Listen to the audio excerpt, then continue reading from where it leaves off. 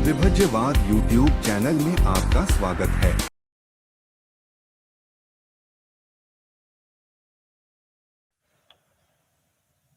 Welcome to विभज्यवाद। विभज्यवाद में सभी सत्पुरुषों का स्वागत है। नमो तस् भगवतो अरहतो सम्मा सम्बुद्धस्स। नमो तस् भगवतो अरहतो सम्मा सम्बुद्धस्स। नमो तस् भगवतो अरहतो सम्मा सम्बुद्धस्स।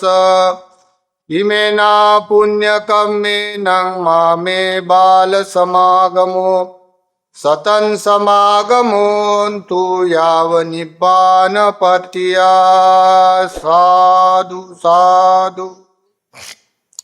महाकारुणिक सम्यक संबुद्ध लोकविदु, लोक और लोक के रहस्य जानने वाले, जिन्होंने उपदेश किया हुआ सद्धम्म, इस सद्धम्म में ब्रह्मचर्या करने वाले आर्य सावक संघ तीन रत्नों के प्रति शीर्षावंदन करते हुए विद्यमान भिक्खु संघ, समन संघ, उनके प्रति मंगल कामना करते हैं। और आज की तिथि में जो जो लोगों ने दान दिया है, इन सबका मुझे नाम मालूम नहीं, लेकिन आज की तिथि में जो जो दान दिया है, जो दान में सहभाग करने वाले इनाव नगर के उपासक उपासिका, उपोषित लेने वाले, पंचशील लेने वाले, गांव के प्रतिष्ठित व्यक्ति, इन सब के प्रति इस तिथि के पुण्य में मंगल कामना करते हैं। बोला गया इमेना पुण्य कम्मेन मामे बाल समागमो सतन समागमो हंतु याव निब्बान पत्या। जैसे हम लोग दान देते हैं, शील अनुसरण करते हैं, उपोषित हो, पंचशील हो और ठीक ठीक से धम्म श्रवण करने का प्रयास करते हैं। इदं में दानं, इदं में शीलं, इदं में भावना निब्बानस्य पच्या हो। तो इसका मतलब होता है इमेना पुण्य कर्मेन, ये जो हमने पुण्य कर्म किए हैं, इस पुण्य के कर्म के कारण मामे बाल समागम हो, यानी हमें जो मूर्ख लोग हैं, जो पाप कर्म करने वाले हैं, जो धर्म कर्म पर विश्वास नहीं करते, उन लोगों की संगति ना हो, ऐसा बोला गया है। जो पाप कर्म करने वाले, जो बाल है, मूर्ख है, अज्ञानी है, उन लोगों की संगति ना हो। सतन समागमो हंतु याव निब्बान पत्या। तो हमकी संगति किसकी होना? सत्पुरुषों की।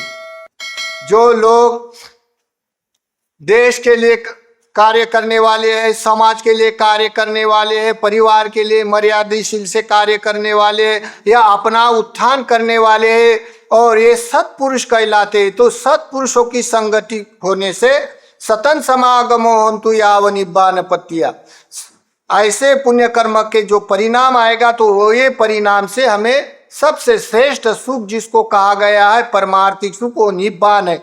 तो इमेना पुण्य कम्मेन मामे बाल समागमो सतन समागमो हंतु याव निब्बान पत्या। इस पुण्य कर्म से हमें निब्बान कर्म प्राप्त होवे, ऐसे हमने मंगल कामना किया है इस वचन से। जैसे आज जो उपोषित किया है लोगों ने, कुछ लोग उपोषित करते हैं, कुछ लोग पंचशील लेते हैं। तो पंचशील का तुलना करने से उपोषित करने वाले श्रेष्ठ होते हैं, क्योंकि उसकी भावना अधिक होती है, वो निष्क्रमता करते हैं और अधिक मात्र से बढ़ा चढ़ाकर अपने में ध्यान लगाकर धर्म श्रवण करते, उस पथ में चलने वाले अग्र कहलाता है। उपोषित करते, तो उपोषित करने वाले में तीन उपोषित होते। इस संसार में सभी लोग उपासना करते, 8-8 दिन का उपासना करते, अभी दुर्गा पूजा के उपासना करते, नवरात्रि के उपासना करते, न जाने कितने कितने प्रकार के उपासना करने वाले लोग होते। इनमें से बुद्ध शासन में 3 प्रकार के उपासना करने वाले के लिए बोला गया। एक आर्य उपोषित होता है, एक निर्ग्रंथ उपोषित होता है, और एक गोपालक उपोषित होता है। गोपालक उपोषित ऐसा होता है, जैसे आज उपास है तो हमको उपास के दिन क्या क्या खाना है ऐसा सोचता है, तो जो रोज नहीं खाता है इसे ज्यादा महंगा महंगा खाता है उपोषित के नाम से, तो उसमें उसका मन रमता है। तो कल उपोषण आने वाला है तो मुझे कल ये बनाना पड़ेगा, ये बनाऊंगा, ये खाऊंगा, ऐसे खाने पीने में मन लगाता है उसको। तो ये हो गया गोपालक उपोषण। दूसरा उपोषण तो करता है लेकिन कट्टर होता है, बोलता है मुझे ना शाम को भी कुछ खाना नहीं, कुछ पीना नहीं, जूस भी नहीं पीना है। ऐसा बोलने से वो कट्टरवाद में चला जाता है। जैसा कोई उपासना करता है ना, तो उपासना के नाम से कपड़े नहीं पहनता है, एक एक महीना भूखा रहता है, खाना पीना नहीं करता है, तो उसका उपोषण भी फल नहीं देता है। इसी कारण बुद्ध का जो उपोषण है वो आर्य उपोषण, जैसे ये निर्गंत उपोषण कहलाता है। तो निर्गंत उपोषण जिसको बोला जाता है, ये निर्गंत उपोषण यानी खाने पीने का भी त्याग करना, तो ये निर्गंत उपोषण भी फल देने वाला नहीं। बुद्ध शासन में जो उपोषण किया जाता है वो आर्य उपोषण है, मध्यम मार्ग है। एक टाइम खाना, ज्यादा कामना नहीं करना, जो भी है इस वस्तु स्थिति में संतुष्ट रहना, वर्तमान को देखना। बाकी जो भविष्य के लिए सोचता है या अतीत का सोचता है, ये सब बेकार है। वर्तमान में मैं उपोषण कर रहा हूं, जो उपोषण करने वाला है, उपोषण कर रहा हूं, ये सभी नाशमान है, उसको देखना है। नाशमान होके विनाश के तरफ जाने वाला है, उसको सोचते सोचते हुए जो लोग ठीक से धर्म श्रवण करता है तो अपने में सत्काय समुदय जानता है, अपने में तृष्णा ही दुख का उत्पाद कारण है, और तृष्णा को नष्ट करने के लिए उपोषण करना पड़ता है। ऐसा उनका मन सचेतन आहार से वो चिंतन मनन करता है, प्रज्ञा सूक्ष्म प्रज्ञा से सोचता है, विचार करता है, तो उसका आर्य उपोषण होता है। देखो यहाँ कोई लोग उपोषण तो करता है लेकिन यहाँ तो रहता है लेकिन घर में मन जाता है, तो ये उपोषण आर्य उपोषण नहीं है। तो आर्य उपोषण का मतलब इतना है, वर्तमान में देखना। तो ये हो गया उपोषण सतन समागमो होन्तु याव निब्बान पत्तिया। तो एक बुद्ध के काल में एक उपोषण गांव के लोग सभी उपोषण करने वाले, यहां तक कि बच्चे को भी शाम को खाना नहीं देते थे, ऐसा वो उपोषण करते थे। तो उसकी वाली आ गई, ऐसा लोग करते तो लोग करते हैं, तो ऐसा करते करते ऐसे उपोषण करने वाले लोग थे। उस नगर श्रेष्ठ के घर में एक नौकर था, वो उपोषण करता नहीं था, वो काम करने वाला मनुष्य है, वो पूजा वंदना करने वाले लोगों पर विश्वास नहीं करने वाला। अभी वो जवान था, नौकर जो काम करने वाला घर में जवान था। तो अभी उपोषण के दिन एक गांव में मेला लगने वाला है, बड़ा रंजन, साधना, गाने, भजन, खेल खेलना, बहुत सारा सर्कस बिरकस वो मेला लगा था। और उपोषण के दिन उन्होंने क्या किया, पैसा छुपा के रखा। ये एक जो लड़की थी, वो लड़की को लेके भागने वाला था। वो क्या मैं मेले में जाऊंगा और वापस नहीं आऊंगा, फिर उधर से हम लोग घर द्वार बसाएंगे करके वो उन्होंने सोचकर पैसा छुपा के रखा था। वो 1.5 रुपया रखा था, एक जगह में छुपा के रखा था। फिर क्या हो गया, उपोषण का दिन है, तो उसका मालिक क्या बोलता है, अरे बाबू तू रोज ना उपोषण नहीं करता, कुछ नहीं करता, पुण्य करो आज करना, तू मेले में मत जाओ और उपोषण करो, मैं आपको 2 रुपया दूंगा। देखो पैसे के लालच से करेगा करके उसको क्या बोला मालिक ने, मैं 2 रुपया दूंगा, आप उपोषण करो। तो वो क्या सोचता है, ठीक तो है, मैं 2 रुपया लूंगा और छुपा के रखा ये 1.5 रुपया, 3.5 रुपया हो जाएगा और हम दोनों भाग जाएंगे, फिर वापिस तो नहीं आने का है हमको, ऐसा वो सोच रहा। और मालिक बोलता, क्यों रे, क्या सोच रहा तू? तो बोलता है, नहीं जो मुझे जाना पड़ता है मेले में। अभी उसने सोच कर रखा था वो सब टूट जाएगा, इसलिए बोलता है ना मुझे जाना पड़ता है। अरे बोलता है, मैं ना आपको 10 रुपया दूंगा, मत जाओ, उपोषण करो।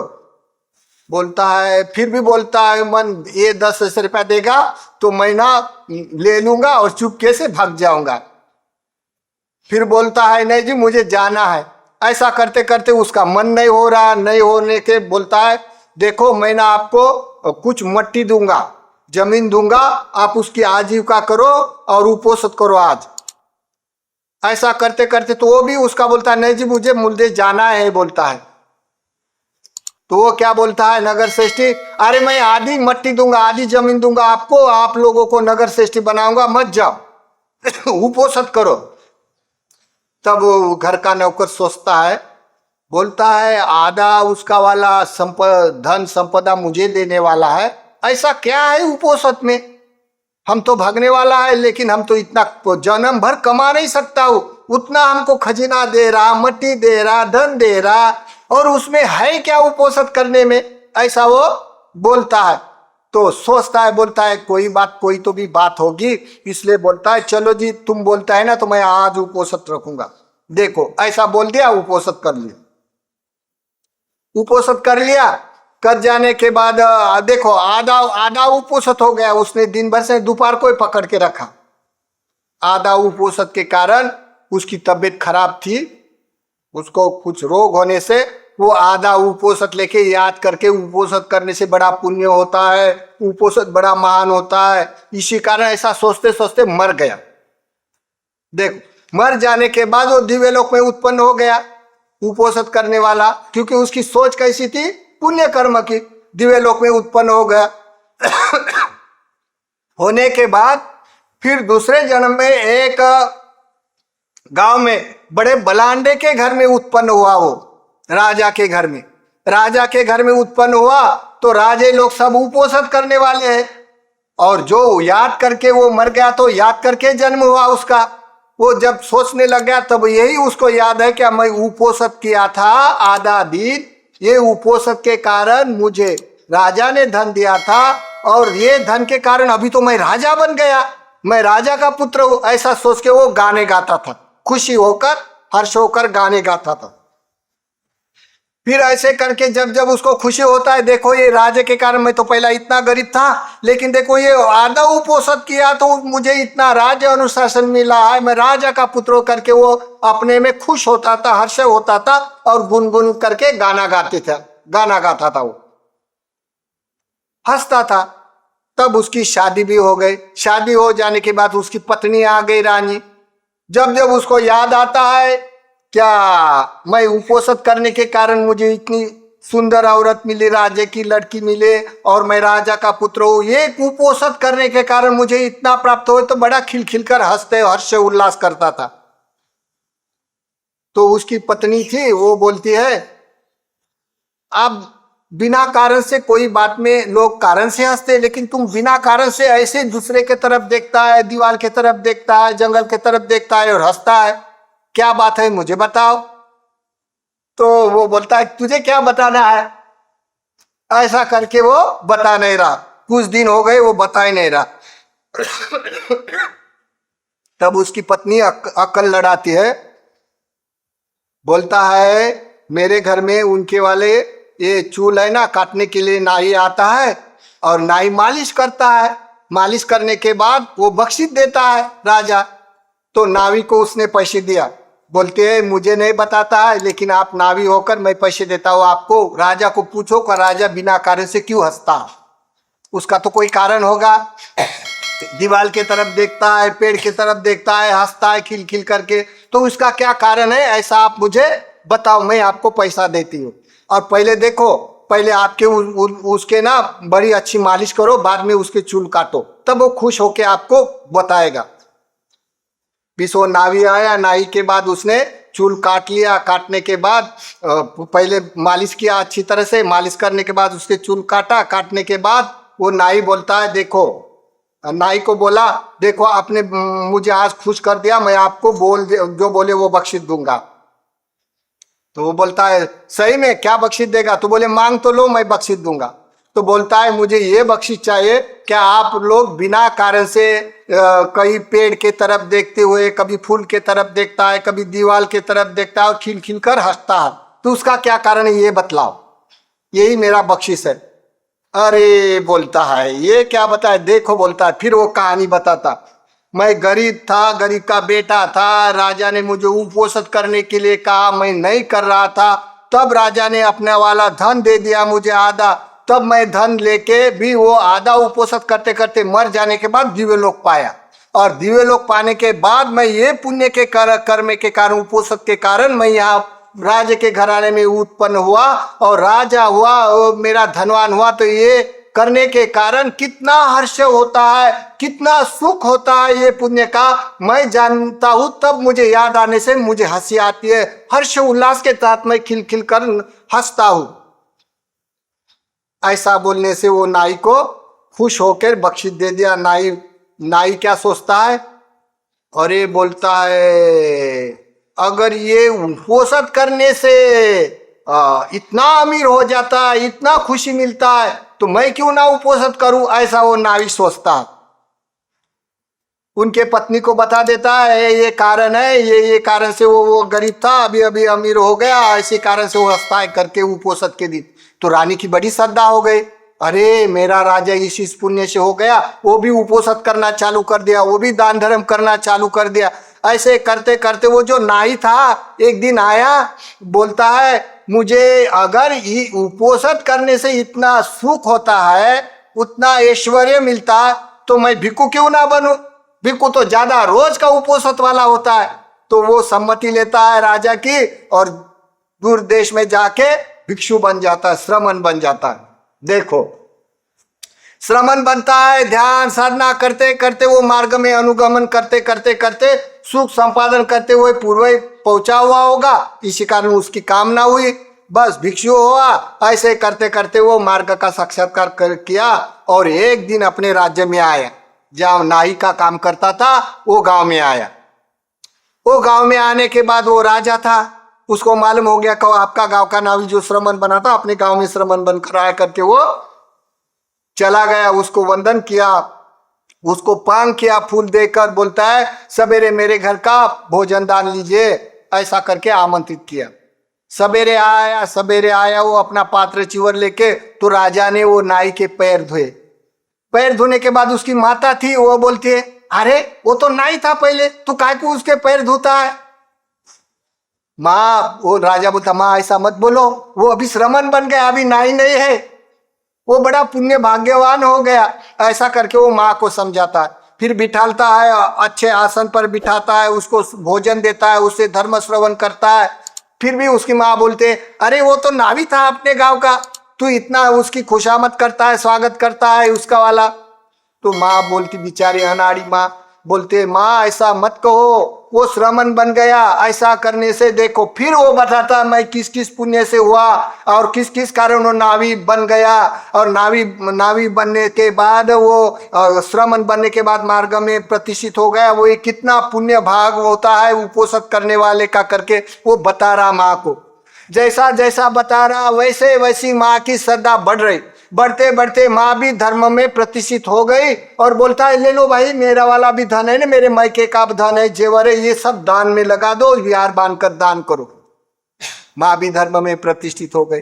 देखो आर्य उपोषद कितनी महानता रखता है अपने में। इसी कारण बोला गया सतन समागमो हन्तु याव निब्बान पत्तिया। सत्पुरुषों की संगति के कारण जो मनुष्य संगति करता है, इसका अर्थ एक एक दिन ऐसा ऐसा पुण्य भाग से परमार्थी सुख को प्राप्त होता है। इसी कारण बोला गया है जो मूर्ख होते हैं उसकी आसेवना च बालान, जो मूर्ख की संगति नहीं होना चाहिए। जो मूर्ख की संगति करते हैं तो दारू पीने लगता है, जुगार खेलने लगता है और अपना सर्वनाश कर बैठता है, संसार में दिखाई देता। लेकिन जो पुण्य कर्म करते, विहार में जाते, मंदिर में जाते, उपोषद लेते, ध्यान भावना करते, दान धर्म में रुचि लगते, ठीक ठीक से धर्म श्रवण करके धर्म पर आरूढ़ होते, तो उसका भी परिणाम दिखाई देता है। घर में भी समाज में भी अगर उपोषद करने वाला कोई व्यक्ति बोले तो घर के लोग चुप हो जाता है, क्योंकि वो श्रेष्ठ कहलाता है। अगर कोई भिक्खु हो, भिक्खु उपदेश करे तो लोग उसका जो भी भिक्षु बोलता है तो उसके इत्मीनान से श्रद्धा करके श्रवण करता है, क्योंकि वो पुण्य भाग के लोग हैं, पुण्यवान मार्ग के लोग हैं। इसी कारण एक दूसरे का आदर्श जतलाते हुए पुण्य से पुण्य बढ़ाते हैं। जैसा दीपक से दीपक जलता है वैसे ही एक दूसरे को देखा देखी पुण्य से पुण्य करते हैं।